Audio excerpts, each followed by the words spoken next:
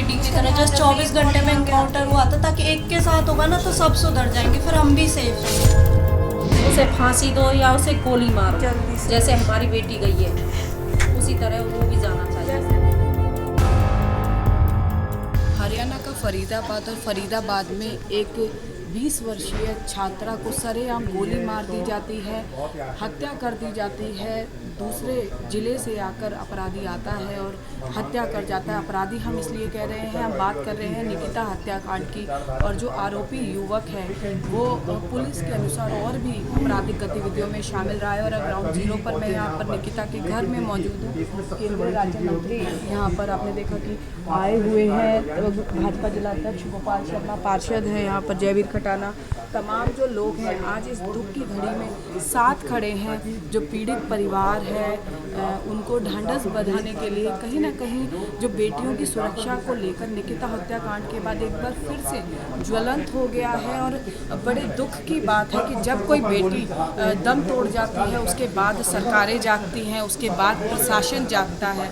लगातार ये कोशिश की जा रही है कि जो न्याय की मांग परिजन कर रहे हैं उस न्याय की मांग सिरे चढ़ाया जाए और जल्दी से जल्दी आरोपियों की हालांकि गिरफ्तारी हो चुकी है, लेकिन जो बार बार बात कही जा रही है कि फास्ट ट्रैक कोर्ट में सुनवाई हो, तमाम जो बातें की जा रही है उसको लेकर ढांढस बंधाने के लिए आज यहाँ पर लोग पहुँचे हैं। देखिए परिजनों का दुख जो है बहुत बड़ा है, और कहें कि निकिता बेशक हमारे साथ इस वक्त नहीं है, लेकिन उसकी यादें जो हैं वो हमेशा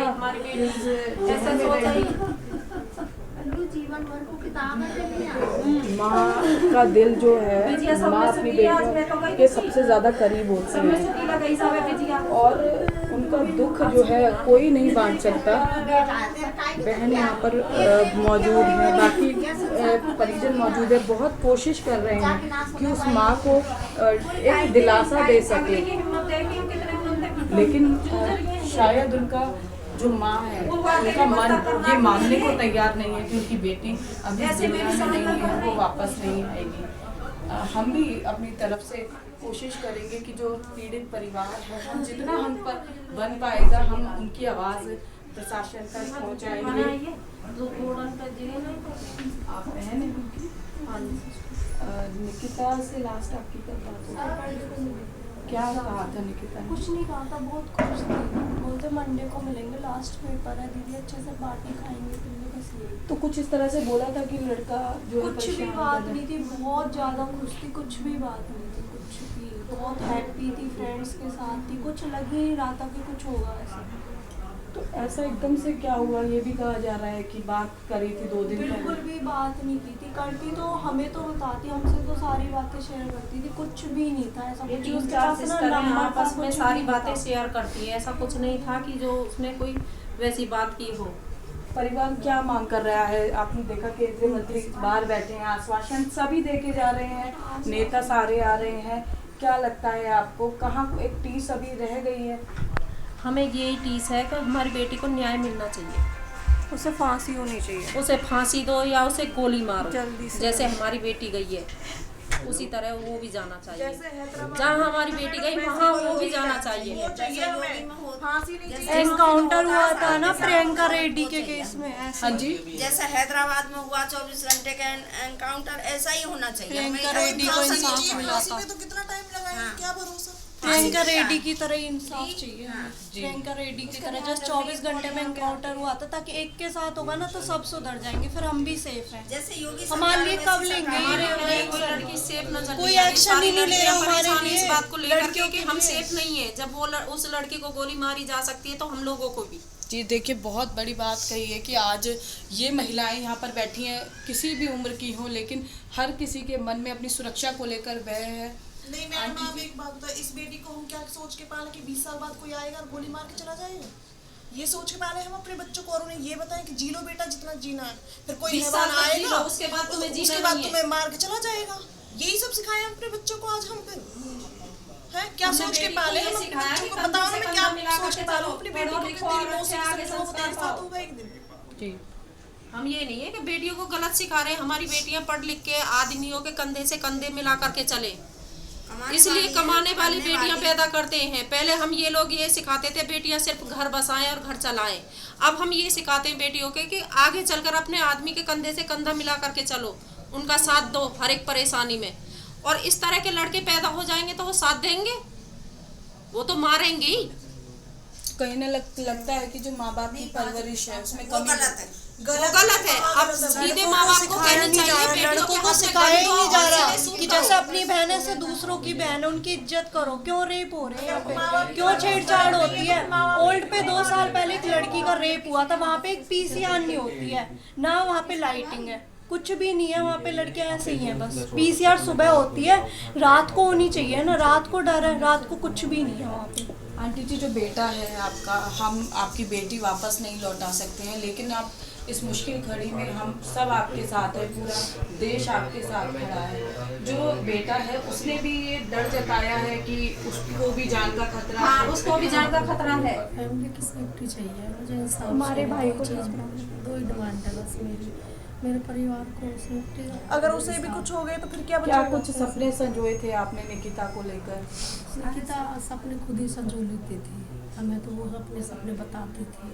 ये भी लेफ्टिनेंट बनना चाहती थी निकिता, हमें कभी इतना सोचने की जरूरत नहीं पड़ी, वो खुद ही सोच लेती थी, खुद ही मैं छोड़ती। जी, तो देखिए, एक बहुत बड़ी बात जो है घर की महिलाओं ने, बेटियों ने कही है कि सोच में परिवर्तन बहुत ज़्यादा ज़रूरी है।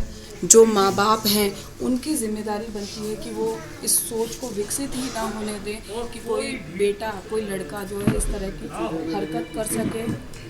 और महिला सुरक्षा को लेकर हरियाणा में बार बार इस तरह की जो वारदातें हो रही हैं, एक बहुत बड़ा सवाल खड़ा कर रही हैं। दावे तमाम किए जाते हैं, लेकिन उन दावों की ज़मीनी हकीकत क्या है? निकिता हत्याकांड इसका जीता जागता सबूत है। बार बार जो है, जैसा कि अभी आपने देखा कि निकिता की बहन ने भी बताया कि ओल्ड फरीदाबाद में 2 साल पहले जो वारदात हुई, एक बेटी फिर किसी का शिकार बनी और उसने दम तोड़ दिया, लेकिन उसके बाद आज भी वहाँ पर पुलिस की कोई व्यवस्था नहीं होती। तो फिर जो फरीदाबाद पुलिस दावे करती है सुरक्षा के, वो दावे, उन दावों की ज़मीनी हकीकत को सहज ही समझा जा सकता है। और बता दें कि केंद्रीय मंत्री कृष्णपाल गुर्जर यहाँ पर मौजूद हैं। परिवार से चर्चा हो रही थी कि जो आरोपी है तौसीफ, वो उस पर पहले भी लव जिहाद के मामले दर्ज हैं, जिनमें से 5 मामलों में वो संलिप्त बताया जा रहा है। ऐसा परिवार के जो लोग हैं यहाँ पर बैठे हुए हैं, उनका कहना है।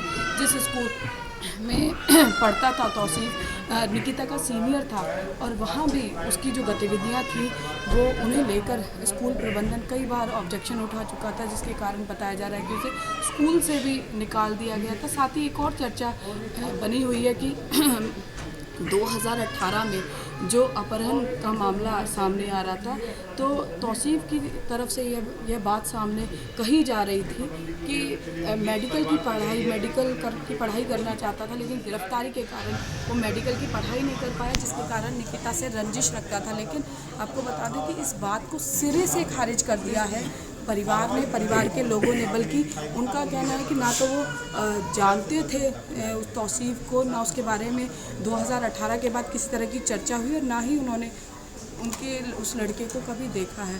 तो कोशिश तमाम की जा रही है।